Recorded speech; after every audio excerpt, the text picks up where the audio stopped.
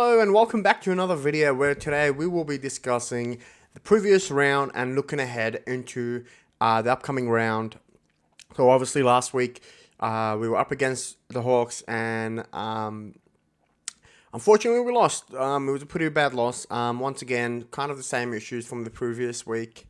So a lot of things up for discussion this week. Obviously Collingwood really kind of popular all over the media at the moment. With some people saying, "Oh, is it over? Are they finished? The Pies are done." Yada yada yada.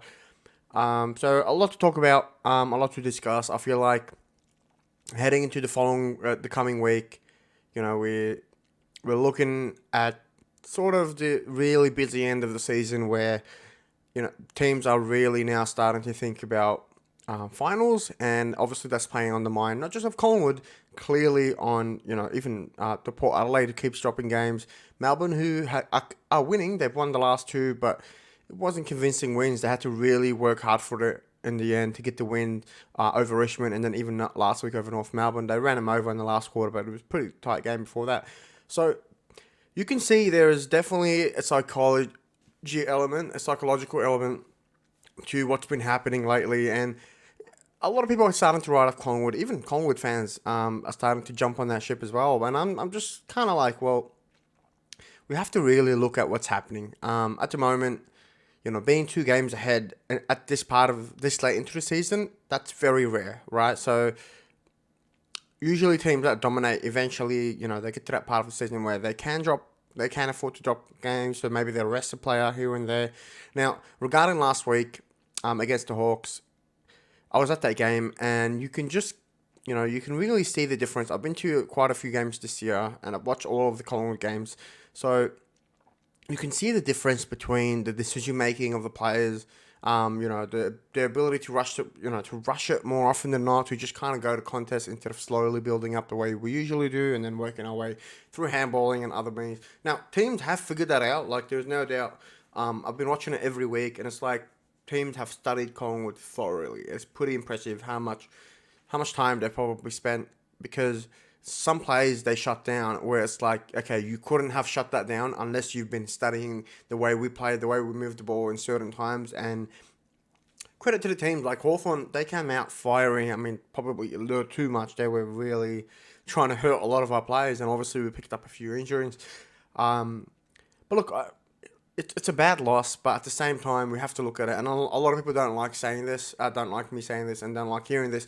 Oh, we're still 2 games ahead, but we are. That matters, okay? In this point in the season where the home and away season is almost finished up and we're heading into finals, to have a 2-game lead on the rest of the comp, it's very, very, it's going to play on the psychology, especially in games that, obviously the Carlton game was an important game, but again, in terms of, what it meant for us for the season, it wasn't a big game. It was just a big game in terms of the rivalry and all that stuff. So Carlton were always going to be more up for that because they had something to fight for, whereas I feel like with Collingwood, it was more about just kind of getting through the games. So I feel like now we're heading into that week where, okay, we've had 2 bad losses in a row. Like, against Carlton, in terms of distance covered, they beat us by 6 kilometres.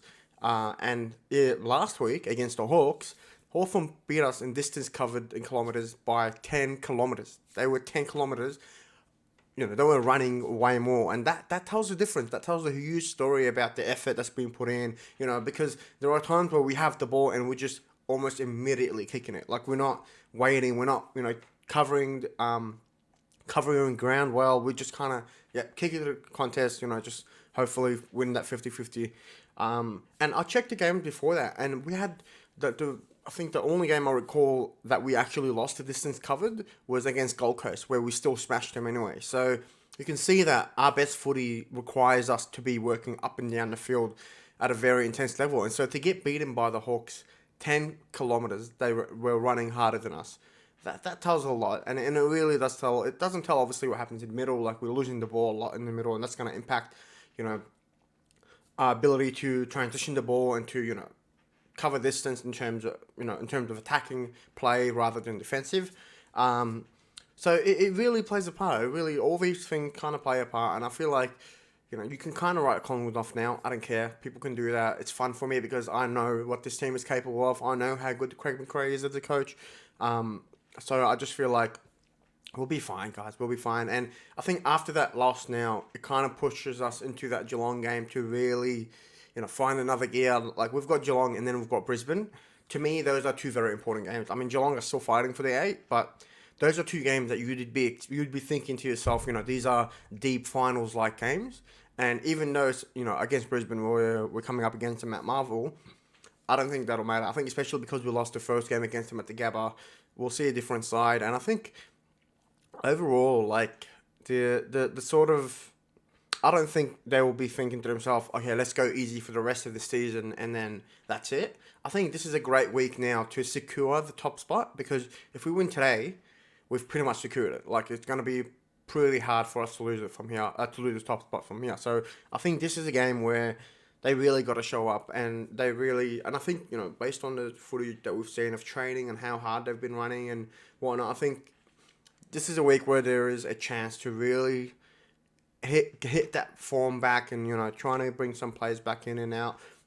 We'll get into the teams that I think should line up for the Geelong game. But yeah, I think overall, a lot of negative talk about Collingwood at the moment. And look, it's not as simple as saying, oh, Collingwood are throwing the game. We're trying to lose the game, or we're not really, it's not that simple. You can't, every game you have to go in wanting to win that game.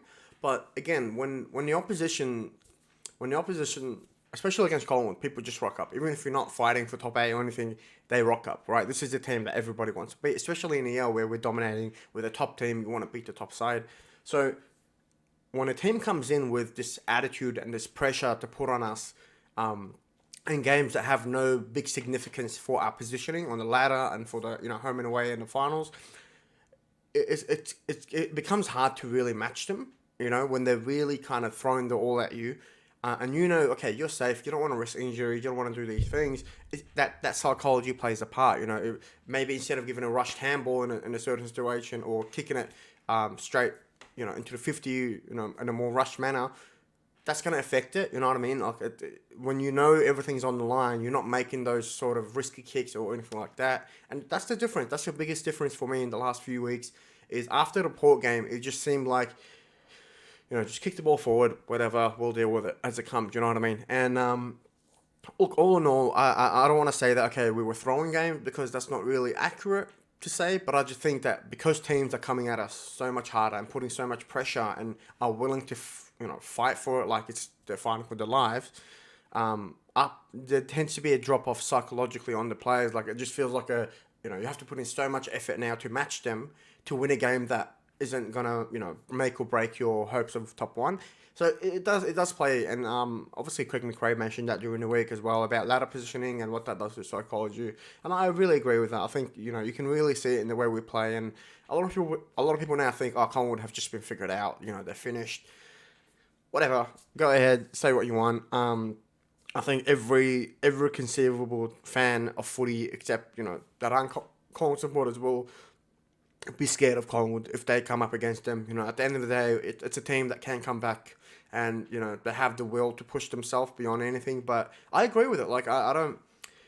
Ideally, when you pay for the footy, you go to the match. You want to see 110% effort, but I'd rather long term gain than short term wins. You know what I mean? Like, okay, we beat the Hawks, we beat Carlton. That's cool. But then we cooked for the finals. That's not good, So I would much rather not take it easy. It's not about just handing teams wins. No, if teams are beating Collingwood this year, they've earned it, right? They've put in the effort. They've done the hard yards. They've done what they needed to do to beat us. It's not an easy team to beat right now. So it's a credit to them, as well as a credit to the fact that to challenge Collingwood at that level, and to kind of keep us out of the games. Last few games it felt like that. It's really impressive, and you got to give credit to the teams, even Carlton. You got to give them credit. They were amazing with their midfield clearance work and their pressure. So it's not about sort of saying, oh, we weren't at our best, so that's why we lost per se. No, I think the other teams were greater than us on the day, and they performed better, and they played like it was worth more than just the 4 points, and that's the important part. That's the bit that really makes the difference, in my opinion. But yeah, I think that's enough about the past. I think we'll move forward into this week. So obviously this week, a few injuries to worry about. So we've got Nick Dacos. Now Murphy was said to be injured as well, but there's talks today that he's actually all right and he's been running on the track for training. As of today, today's Wednesday. So he was training today and it looked pretty sharp apparently. So he might not be good in drop, which is hopefully good. He might, obviously because of injury, but another one today that came out is side bottom. So Steel side bottom will not be playing this weekend, this Friday, unfortunately. So that's another out that we kind of got to worry about. Not ideal because we are kind of lacking, that midfield area right now is kind of struggling. So I think having him out is going to be a bit dangerous, but at the same time, it could be you could look at it as a positive. Let's get someone young in there. Let's try something new.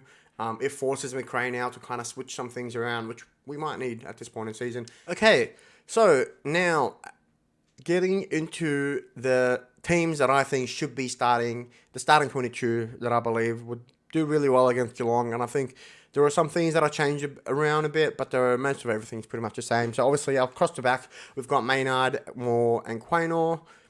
Then we've got Noble, Howe, and obviously Frampton's got to come in. If Murphy's out, if Murphy's not out, then you'd assume Frampton.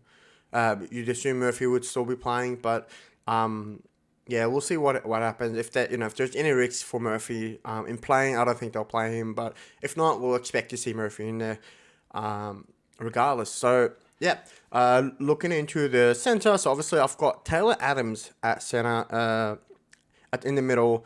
I've got Lipinski on the wing, and obviously Will Hoskinell will likely come in for Cyberden, I'd like to think. We haven't got too many players that can play the wing role, but the reason I've got Lipinski there, so I've got Josh Dacos, in the midfield group as a follower. So I think this is the week, we've got Nick Dacos. Our midfield group has generally been struggling. The pace of the midfield hasn't been as great, especially when we're losing, when we're not getting the ball first. We're not getting our hands to the ball first. The other team just kind of running out away from us and just winning the clearance work. I think this week is a great week to really test, what other options we have. Now, Josh Dacos has been on the wing and has done a great job all year on that wing. But I do think this is a game where, it's worth trying him in the middle. He is a very tough player. He's a contested player. He's got speed. He's got skill. His execution is really, really good. An aggressive type player as well. So I think someone like him, along with Adams, and obviously I've got Degoe in there, those three are a good mix of what you need, in terms of aggression, pace, skill and execution. That's all there, and it's more about making sure if we're not winning the ball first, we're holding them in. We're not letting easy clearances go out against us, and I think having those players in there could do a real job for that. Now, a lot of people were talking about Chris getting more midfield time. In my opinion, I love Crispy. I think he's a threat. He is a genuine threat. He's one of those players that he will give you the effort. The run is always there. He's a hard worker, and you can't follow him for that. But I do think I would like to see him more in a forward role. Obviously, Lipinski is the one that usually plays that sort of half forward role, where he's the man in between the midfield, is trying to transition the ball in between the midfield to the forward line.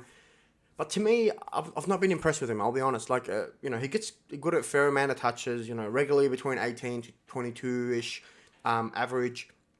So he does well in that regard. But I just feel like at the moment our biggest problem is not the midfield. It's not that side of thing. It's the forward line. It's the ability for the forward line to not just be about passing the ball off or anything like that.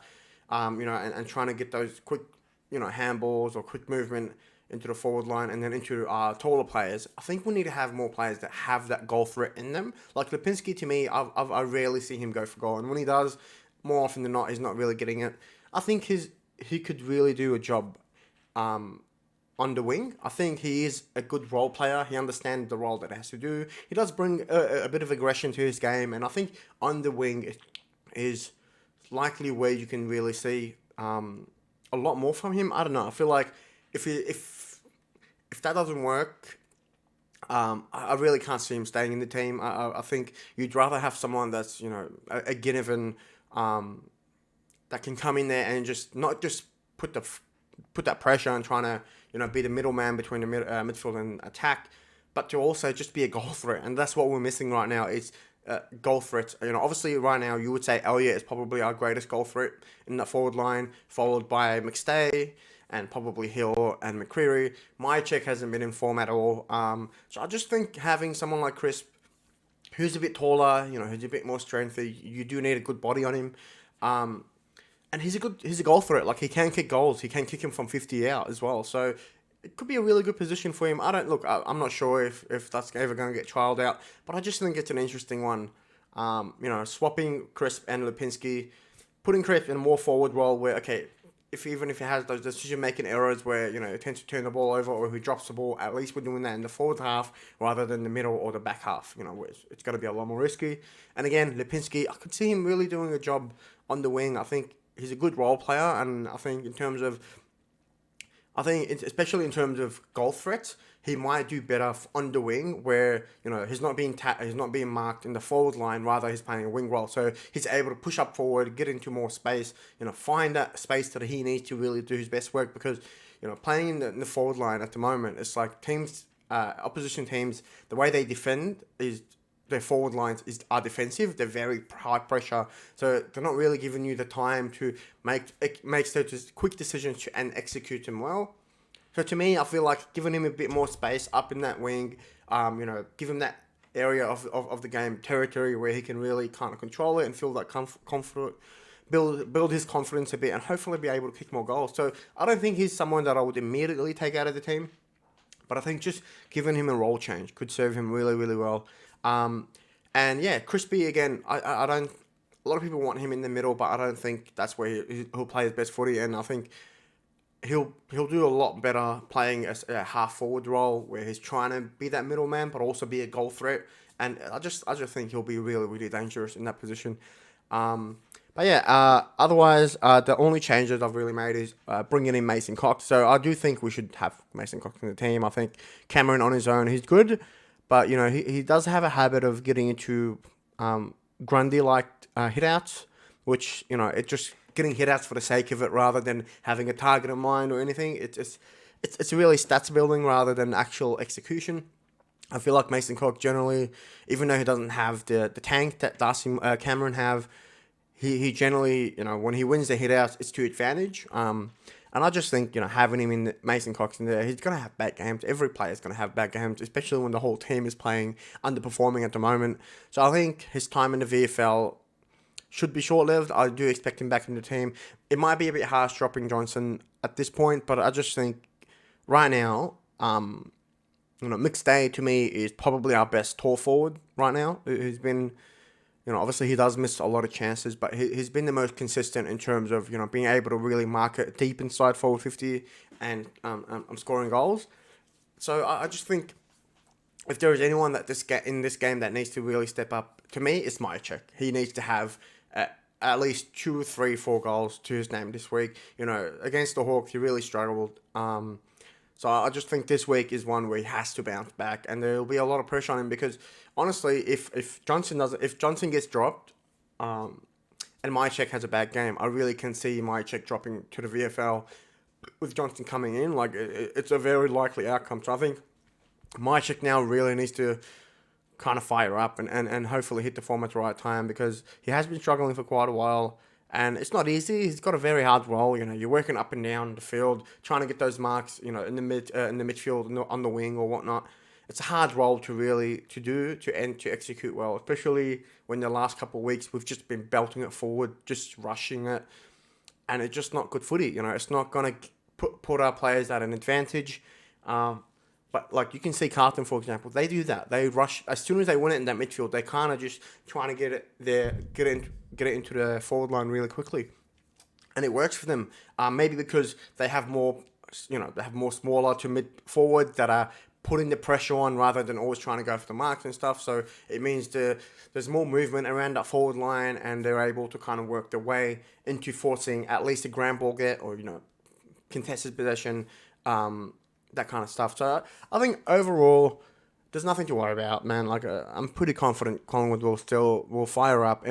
And here's the thing: we can afford to lose one more game, especially this one. So if there was one game I would say we're losing, it's either going to be this week or next week against Brisbane. But I think if we win this one, we'll be pretty confident. And I think even if we win this one, I wouldn't be surprised if McRae actually starts playing VFL players, especially maybe for the Essendon game. I think the Brisbane game, you need to play your best squad because that is likely going to be a grand final, if not at least a prelim. So I think it's really important for that game. But I think this is the last game where we can afford to slack off a bit. But even then, it'll put the crowd down. Everyone wants to feel a big performance coming up. So hopefully we do get that. But yeah, these are my thoughts on the team. The only other thing I would probably add is I would love to see Hal get more time forward. Like, if it wouldn't be a bad idea to keep Murphy and Frampton in the team and then, drop Ash Johnson and then have Hal go up forward. That could be a really good option. I just think Hal, he knows what he's doing when he's going for a marking contest, and his ability to jump really high, even at his old age, he's just an excellent player to me, and very, very underrated. And I think utilizing him up forward could be a secret weapon for us. Very, very good one. So, yeah, that's about it from me. That's the teams, though. Hopefully, we pick up a win this week. I'll be going to the game as well. So, hopefully, the crowd gets behind the team as well. Obviously, the cheer squad hasn't been as great as it should be. So, we'll hopefully go in with a loud voice. Everyone will be up for it. And, yeah, hopefully we'll pick up the victory. Thank you so much for watching, and goodbye.